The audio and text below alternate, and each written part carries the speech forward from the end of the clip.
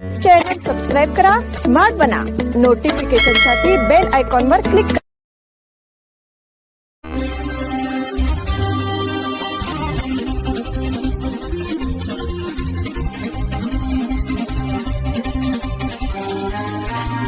नमस्कार, स्मार्ट न्यूजच्या बुलेटिन मध्ये आपलं स्वागत.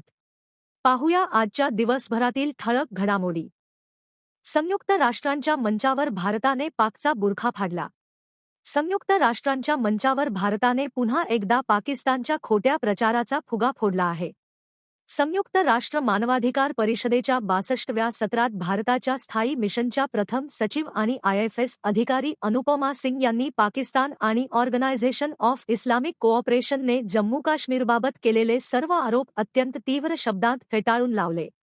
अनुपमा सिंग यांनी आपल्या भाषणात काश्मीर प्रश्न, सिंधू जल करार आणि दहशतवादाच्या मुद्द्यावर इस्लामाबादच्या दुटप्पी धोरणावर घणाघाती प्रहार केला. त्यांनी स्पष्ट केले की स्वतःच्या भूमीवर दहशतवाद्यांना आश्रय देणारा पाकिस्तान आंतरराष्ट्रीय मंचावर स्वतःला दहशतवादाचा बळी म्हणून सादर करू शकत नाही. आपल्या आक्रमक आणि मुद्देसूद भाषणात अनुपमा सिंग यांनी थेट पाकिस्तानचे संरक्षण मंत्री ख्वाजा आसिफ यांच्या विधानाचा दाखला दिला.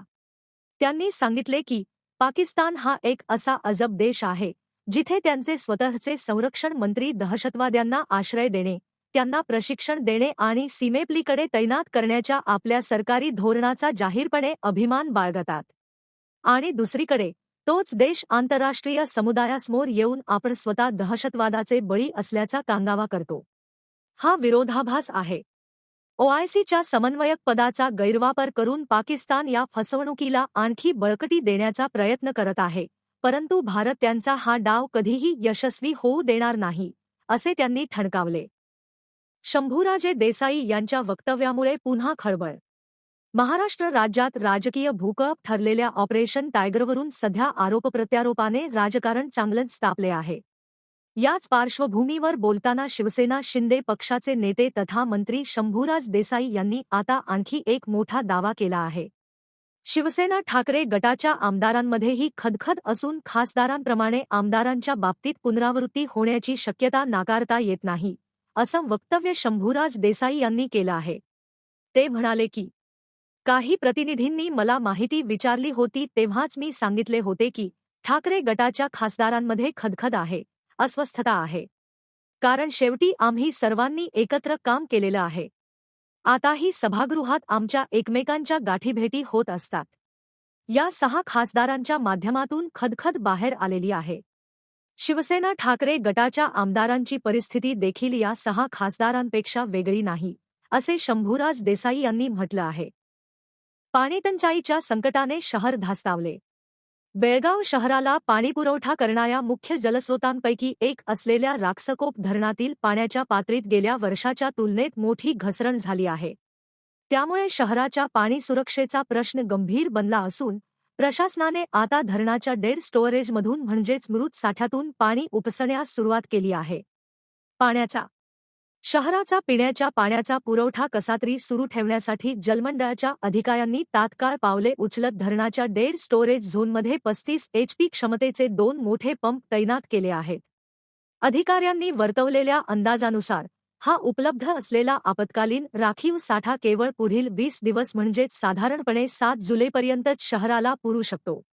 जर या 20 दिवसांच्या कालावधीत परिसरात पुरेशा प्रमाणात पाऊस झाला नाही तर बेळगाव शहराला तीव्र आणि अभूतपूर्व पाणीटंचाईचा सामना करावा लागू शकतो, अशी भीती व्यक्त होत आहे. शहरातील अनेक लोकवस्त्यांमध्ये पाणीपुरवठा पूर्णपणे विस्कळीत झाला असून नागरिकांकडून सातत्याने तक्रारी येत आहेत. काही भागातील रहिवाशांना तर तब्बल 8 दिवसांतून केवळ एकदाच पाणी मिळत आहे. त्यामुळे आता संपूर्ण बेळगाव शहराची भिस्त आगामी मान्सूनच्या आगमनावर आणि त्याच्या तीव्रतेवरच अवलंबून आहे. पावसाने लवकर हजेरी लावली तरच शहरावरील हे जलसंकट टळू शकते, अन्यथा येणारे काही आठवडे बेळगावच्या पाणी व्यवस्थापनासाठी आणि नागरिकांसाठी अत्यंत कसोटीचे ठरणार आहेत. महाराष्ट्र एकीकरण समितीची हाक, उद्या चलो कोल्हापूर. भारताचे गृहमंत्री माननीय श्री अमित शहा हे कोल्हापूर जिल्ह्याच्या दौऱ्यावर येत आहेत. यानिमित्त मध्यवर्ती महाराष्ट्र एकीकरण समितीच्या वतीने त्यांना सीमाप्रश्नाच्या सोडवणुकीच्या संदर्भात भेटण्याचे नियोजन करण्यात आले आहे. तरी सीमा भागातील समस्त मराठी भाषिकांना आवाहन करण्यात येते की त्यांनी शनिवार दिनांक 20 रोजी सकाळी ठीक 9:30 वाजता कोल्हापूर येथील छत्रपती शिवाजी महाराज विद्यापीठाच्या प्रवेशद्वारासमोर वेळेवर उपस्थित राहायचे आहे। तिथून पुढे जाऊन अमित शहा यांना भेटून निवेदन देऊन त्यांचे लक्ष वेधण्याचे आहे। यासाठी मध्यवर्ती महाराष्ट्र एकीकरण समितीच्या पदाधिकारी, सदस्यांनी आणि महाराष्ट्र एकीकरण समितीच्या सर्व कार्यकर्त्यांनी वेळेवर उपस्थित राहावे, असे आवाहन मध्यवर्ती महाराष्ट्र एकीकरण समितीचे अध्यक्ष प्रकाश मरगाळे व सरचिटणीस मालोजी अष्टेकर यांनी केले आहे। चिक्कोडीत कापड दुकानाला भीषण आग।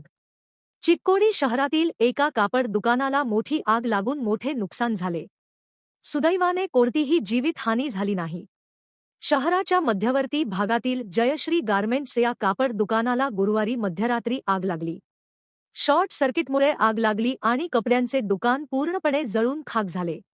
दुकानात अचानक लागलेली आग संपूर्ण दुकानात पसरली। आग खूप वेगाने पसरली आणि संपूर्ण इमारत दाट धुराने व्यापली। जयश्री गारमेंट्समधील लाखो रुपयांचे तयार कपडे आणि मौल्यवान वस्तू आगीत पूर्णपणे जळून खाक झाल्या। यामध्ये लाखो रुपयांचे आर्थिक नुकसान झाले आहे। मुंबई बंगळूर वंदे भारत स्लीपर रेल्वे धावणार। भारतीय रेल्वेच्या महत्त्वाकांक्षी वंदे भारत प्रकल्पाचा विस्तार आता रात्रीच्या लांब पल्ल्याच्या प्रवासाकडे होत आहे। मुंबई आणि बंगळूर दरम्यान लवकरच वंदे भारत स्लीपर रेल्वे सुरू होण्याची शक्यता आहे। देशातील 2 प्रमुख आर्थिक आणि औद्योगिक केंद्रांना जोडणारी ही प्रीमियम रेल्वे सध्याच्या रेल्वेगाड्यांपेक्षा अधिक वेगवान, सुरक्षित आणि आरामदायी प्रवासाचा अनुभव देणार आहे। सध्या मुंबई बंगळूर मार्गावरील बहुतांश रेल्वेगाड्यांना गंतव्यस्थान गाठण्यासाठी 20 तासाहून अधिक वेळ लागतो।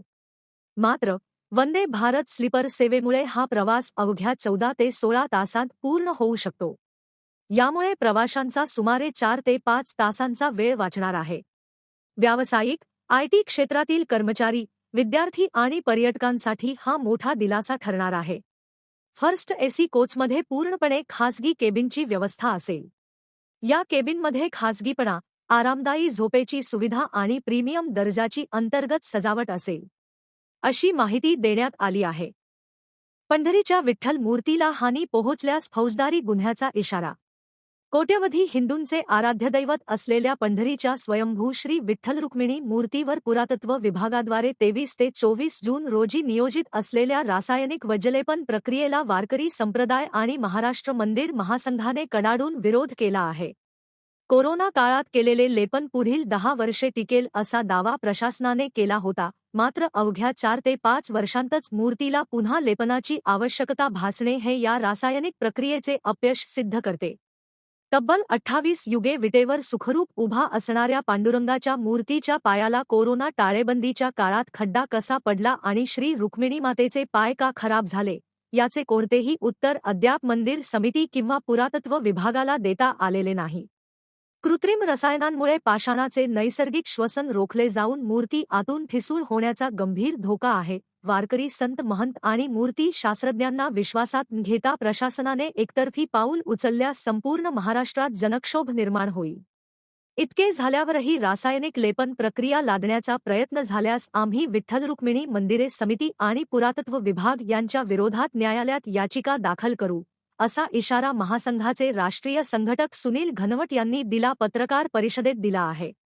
या संदर्भातील निवेदन मुख्यमंत्री, उपमुख्यमंत्री, जिल्हाधिकारी व मंदिरे समिती यांना सादर करण्यात आले आहे।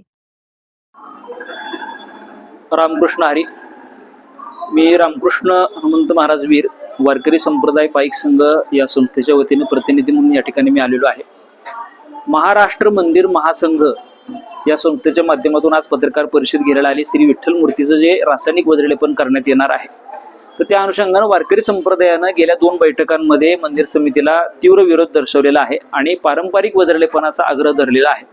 तर त्या अनुषंगाने आज मंदिर महासंघाने सुद्धा हीच भूमिका घेऊन आचार्य शंकराचार्य करवीर पीठाचं पत्र देखील आणलेलं आहे की रासायनिक वज्रलेपन प्रक्रियेला त्यांनी विरोध दर्शवला आहे। वारकरी संप्रदायाचा जसा विरोध आहे तसा आचार्यांनी विरोध केलेला आहे, त्याचा मान सन्मान राखून मंदिर समितीने तात्काळ या ठिकाणी ही तात्काळ रासायनिक वज्रलेपन प्रक्रिया थांबवली पाहिजे आणि पारंपरिक वज्रलेपनाची जी प्रक्रिया आहे त्याच्यासाठी मतं मागून तोच वज्रलेप करण्याची भूमिका या ठिकाणी घेतली पाहिजे, असं आमची मागणी आहे।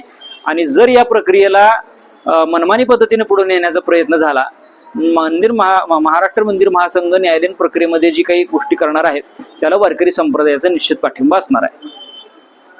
याचबरोबर स्मार्ट न्यूज मराठीचे आजचे बुलेटिन इथेच संपले. धन्यवाद.